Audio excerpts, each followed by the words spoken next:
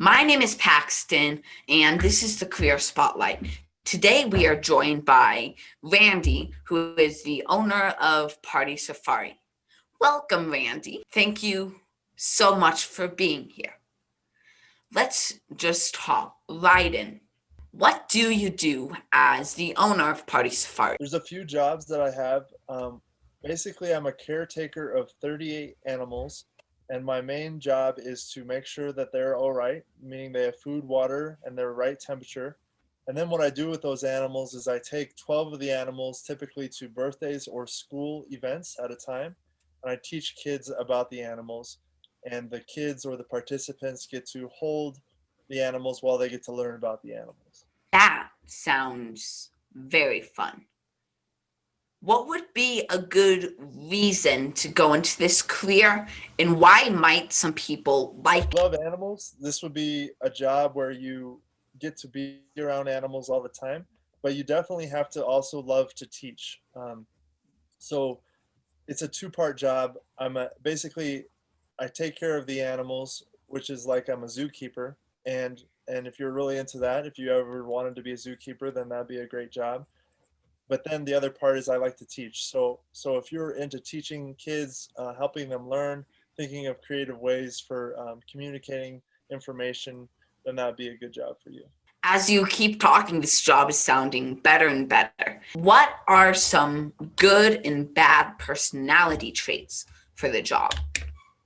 So a good personality trait would be somebody that's hardworking and self-motivated. Um, Owning your own business, you don't rely on somebody else to tell you what to do. You have to have a schedule. So you have to Mhm. be responsible in your planning, and then you have to follow through with that. The animals rely on me completely for the food, and so you can't take a day off. So basically, I'm linked to the animals every day. So if you were kind of didn't have the responsibility to work every day, and now this wouldn't be a good job for you. But another positive quality would be somebody that likes to communicate, because I have to communicate to the kids.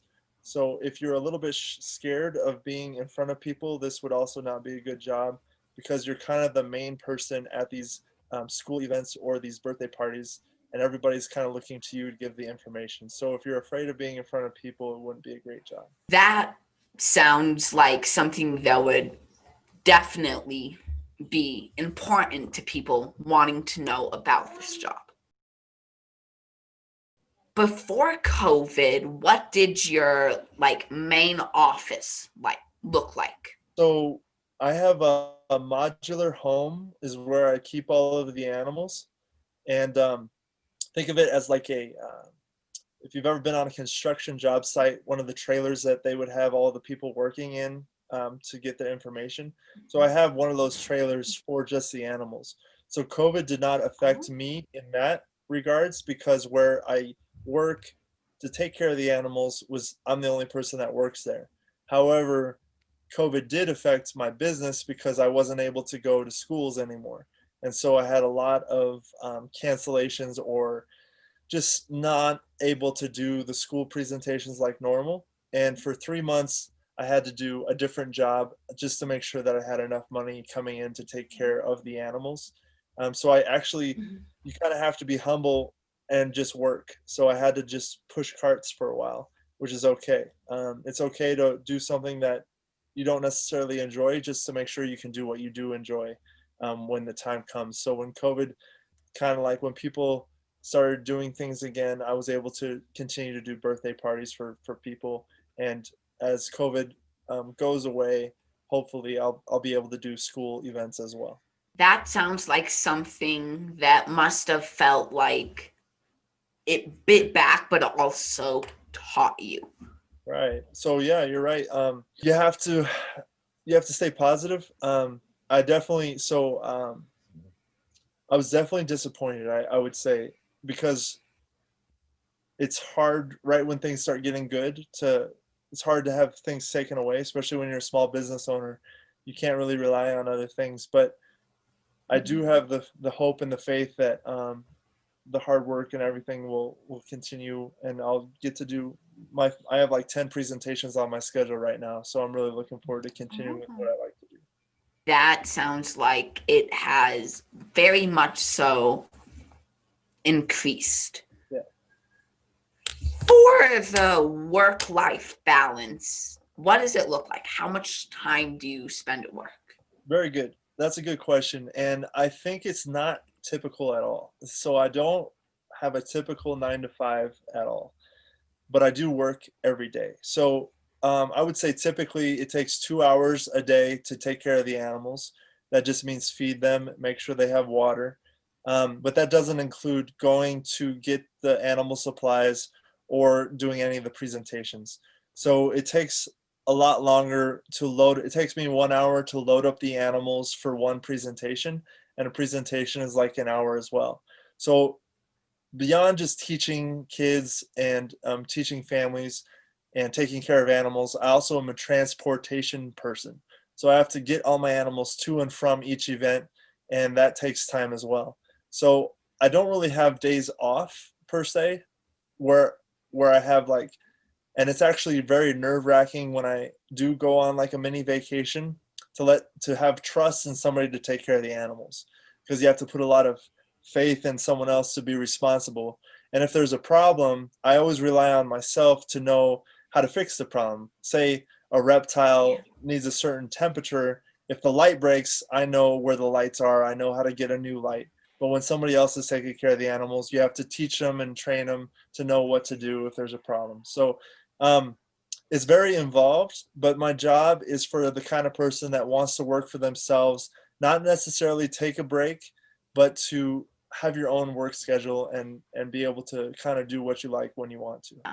Would you say that the transferring of the animals takes the most time with the least results? Definitely for the fulfillment factor, that's the least fulfillment, is just when you're basically I move the animals, take them out of their home enclosures, put them in a transportation enclosure, put them in the car. And so that's just basically I'm just doing manual labor, just moving things back and forth. But that's part of the job. And in all honesty, it keeps me fit, because I'm lifting things and moving things back and forth. So it's not a bad deal at all. But what I enjoy the most of my job is taking care of the animals, making sure they're doing well, staying healthy, and just seeing the animals every day. And then the best part of my Huh? job is teaching the kids, especially when they are scared to begin with, and then learn not to be afraid, or they learn how to know about the animals so that they are not living in fear, but they're living with knowledge, which is my kind of my goal. That sounds like a very good goal. So, you've told us a good amount of the good things about the job. What would you say are some of the things that aren't so amazing about the job? Definitely cleaning up after the animals. So if you have a squeamish stomach, this would not be a good job, because you do have to clean out poop, and you have to basically you clean up after the animals as if they were your own kids. So you have to get dirty a little bit, and if you couldn't handle that part, then it wouldn't be a good career. So anybody that's worked with animals knows that they go to the bathroom. So especially turtles. So turtles smell pretty bad, and so I have to like every week completely do a deep clean where I get all the water out of the enclosures and make sure they're nice and clean for the following week. So I would say just cleaning up after the animals is kind of like I'm a janitor as well.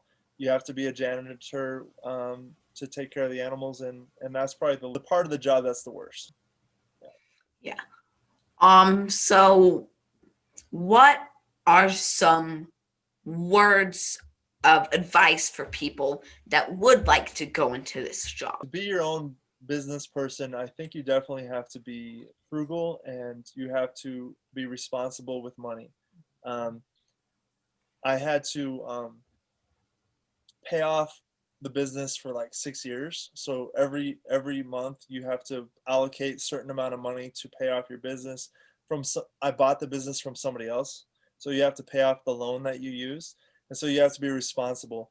And for education, you have to have knowledge about the animals. So I have a master's in zoology, you would not need to get a master's in zoology to do what I do, but you probably would need to be very passionate and get a bachelor's in science or a bachelor's in zoology to be able to communicate the knowledge that you would need to teach the kids. Beyond that, it's really important to know how to do your taxes. I wish they would teach that in high school because you kind of have to learn how to do it on your own. Unless you went to a school where you got like maybe a business degree where you learned how to do a lot of that accounting and everything like that. But the most important part is to know the money that you're spending versus the money that you're making, and make sure that you're always staying within your limits. Does that make sense? You don't want to Yeah. go to debt, you don't want to lose your business, so you want to stay within the limits of what you can actually do. So I would say you need at least to go to school to learn about how to run a business. And then on top of that, because I teach about animals, you'd have to have some kind of background and knowledge about animals. And then there are only two more questions, kind of building on that question. How long does it take for the school that you recommend to go to? And if people want to do this, where should they go to like get started on the path to do it? I think you already know if you want to do this, if you're a kid that always was taking care of animals. So I think there's like prerequisites. I think that if you were the kind of kid that likes to keep animals and take care of them and learn about them and observe them, then this would be a good career path to start with. That needs to be there first, because it's not really a big money making kind of a job. It's more of a being happy doing what you kind of like to do kind of a job. And then the other thing is, where would I go? I would go to a school where you can have hands-on education. So there's, if I teach mostly about reptiles, so herpetology is the fancy word for amphibians and reptiles. So a program where you can learn about herpetology, and that might be a state school. It could even be a community college. It doesn't necessarily have to be a really expensive out-of-state school. It could just be a place where they teach you about zoology, herpetology, animal husbandry, animal behavior, basic biology, and then just the experience of doing it. If you were a kid and you started out doing it, then you'd be a good person for it. So does that answer your question? Yeah, well, that was the last question. Okay. Thank you so much for spending time with me and answering this question. Sounds like a very interesting career. Yeah. Can I give one shout out? If people want to learn more about it, they could go to mypartysafari.com. I was actually about to ask if you had any shout outs. Thank you. Again, Yeah. thank you so much. When I make the video, I'll put that URL up here on the screen. Yeah, thank you so much. Well, Andy, thank you so much for teaching us about your job. Now, remember, if you want to hear more about different jobs, leave a comment down below. And don't forget to hit that subscribe button and the bell icon so you never miss another video.